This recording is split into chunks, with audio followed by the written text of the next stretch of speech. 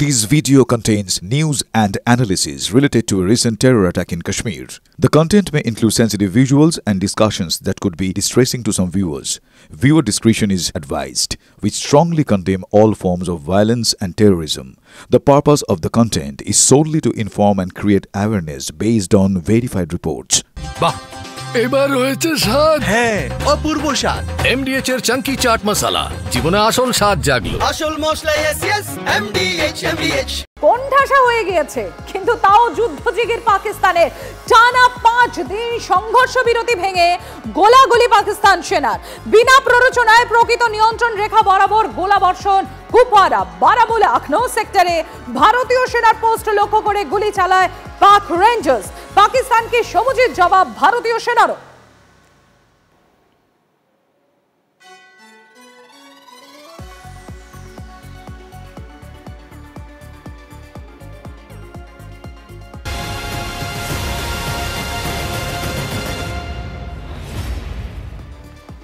পাকিস্তানের উস্কানি প্রত্যাঘাতে তৈরি ভারত।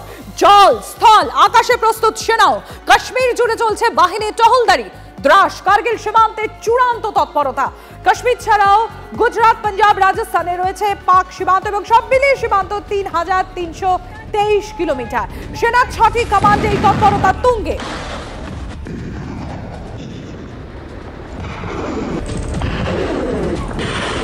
দেখতে পাচ্ছেন সেই ছবি আপনারা, পাকিস্তানের উস্কানি এবং প্রত্যাঘাতের জন্য তৈরি ভারত।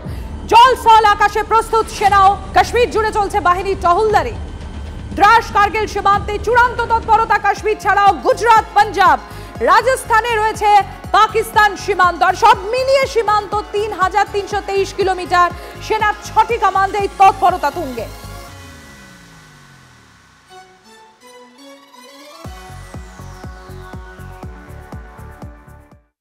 আবারও চমকে দেওয়ার মতো খবর আসছে এই দ্রাস সেক্টরে। আমি যে জায়গায় দাঁড়িয়ে রয়েছি, আমার হাতের বাঁদিকে এই পাহাড় শিখরের নাম টোলোলিং।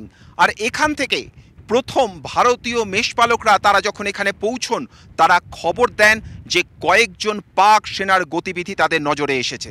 তারপরেই শুরু হয়ে যায় কার্গিল যুদ্ধ।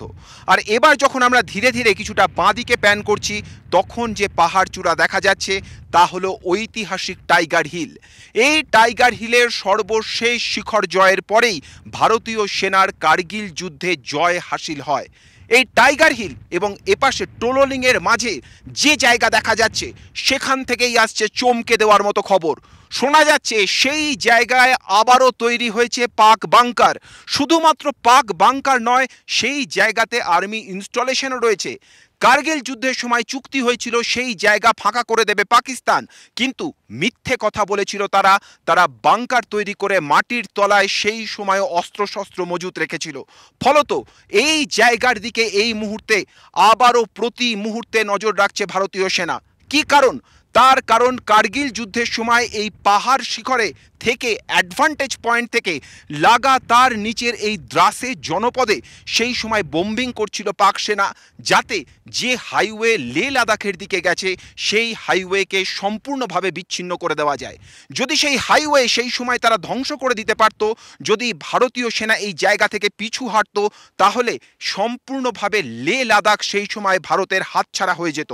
স্বাভাবিকভাবেই আবার যখন একটি যুদ্ধ পরিস্থিতি তৈরি হয়েছে, এই জায়গার দিকে কিছুটা বাড়তি নজর দিয়ে রেখেছে ভারতীয় সেনা এবং কোনোভাবেই ভারতীয় সেনা কোন জায়গা দিয়ে মুভ করছে, কোন জায়গায় তাদের ইনস্টলেশন রয়েছে, সেই সংক্রান্ত কোনো তথ্য আমরা তুলে আনছি না। কিন্তু একটা কথা আমরা বলতে পারি, শুধুমাত্র ভারতীয় সেনা নয়, এই স্ট্র্যাটেজিক লোকেশনে এখানকার প্রত্যেকটা মানুষ তৈরি রয়েছেন, যেভাবে তারা সেই সময় সহযোগিতা করেছিলেন।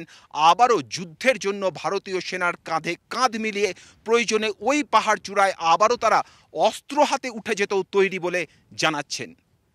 ক্যামেরায় রাহুল সিং এর সঙ্গে জ্যোতির্ময় কর্মকার, TV9 বাংলা, দ্রাস।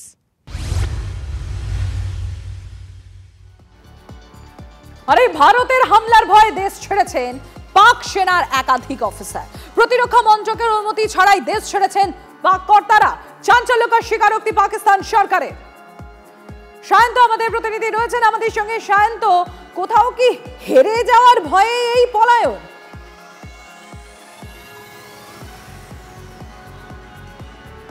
দেখো অবশ্যই পরাজয়ের আতঙ্ক তো রয়েছেই, কারণ 1971, 1965, 1999 যে কটি যুদ্ধ হয়েছে প্রত্যেকটিতেই পাক বাহিনী পর্যদুস্ত হয়েছে। এমনকি 1971-এর মুক্তিযুদ্ধে আত্মসমর্পণ করতে হয়েছিল 69,000 পাক সেনাকে। স্বাভাবিকভাবেই এই যে হারের আতঙ্ক, সেই হারের আতঙ্ক থেকে কিন্তু পাক সেনাবাহিনী কোথাও লড়তে নারাজ। তারা চাইছে কোনোভাবেই আর যুদ্ধ নয়, কারণ যেভাবে তাদের কোমর ভেঙে দেওয়া হয়েছে অর্থনৈতিকভাবে হোক বা মানসিকভাবে, তারা বর্তমান যে সেনা প্রধান রয়েছে বা বর্তমান যে প্রধানমন্ত্রী রয়েছে পাকিস্তানে, তাদের নেতৃত্বে কোনোভাবে যুদ্ধে যেতে চাইছেন না। সেই কারণে 1200 জন জওয়ান এবং 250 জন সেনা আধিকারিক তারা ইতিমধ্যে গণ ইস্তফা দিয়েছেন, এবং ইস্তফাতে কিন্তু তারা বারবার উল্লেখ করেছে মানসিক বা শারীরিকভাবে তারা মেনে নিতে পারছেন না, তারা চাইছেন না এই ধরনের যুদ্ধ। কিন্তু মূলত যেটা মনে করা হচ্ছে, পরাজয়ের আতঙ্কে তাদের পলায়ন ঘটেছে।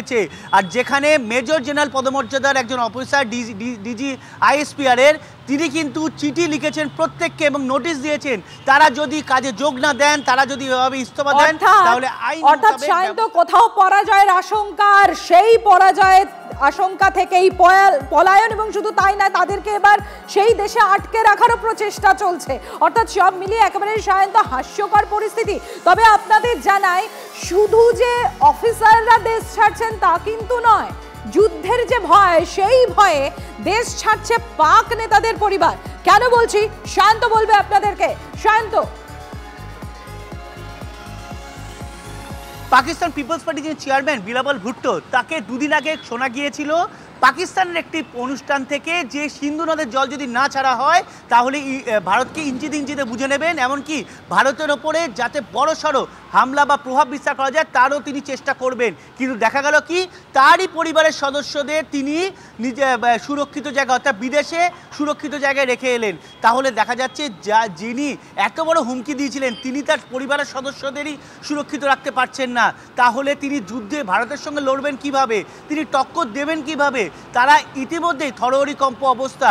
শুধু যে বিলাওয়াল ভুট্টো তা কিন্তু নয়, পাক সেনাবাহিনীর প্রধান তারও পরিবারের সদস্যদের রহস্যজনকভাবে কোথাও না কোথাও রেখে আসা হয়েছে, এবং পাক যেন গণমাধ্যম জানাচ্ছে যে তাদেরকেও বিদেশে সুরক্ষিত জায়গায় রেখে আসা হয়েছে। তাহলে এই জায়গা থেকেই বোঝা যাচ্ছে যে টক্কর দেওয়ার জায়গাতেই তারা নেই, যেখানে পাক প্রশাসন মনে করছে পাক সেনাবাহিনীকে কোথাও উদ্বুদ্ধ করার চেষ্টা করা হচ্ছে যে যুদ্ধে লড়ো, নইলে এই পাকিস্তান দখল হয়ে যাবে, টুকরো টুকরো হয়ে যাবে।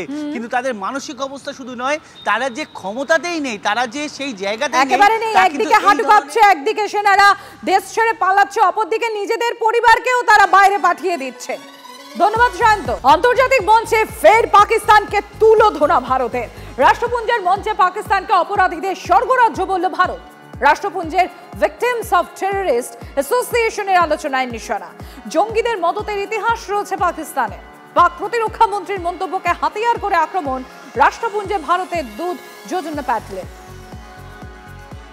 India deeply appreciates and values the strong, unequivocal support and solidarity extended by leaders and governments across the world in wake of the recent terrorist attack at Pahalgam, Union Territory of Jammu and Kashmir.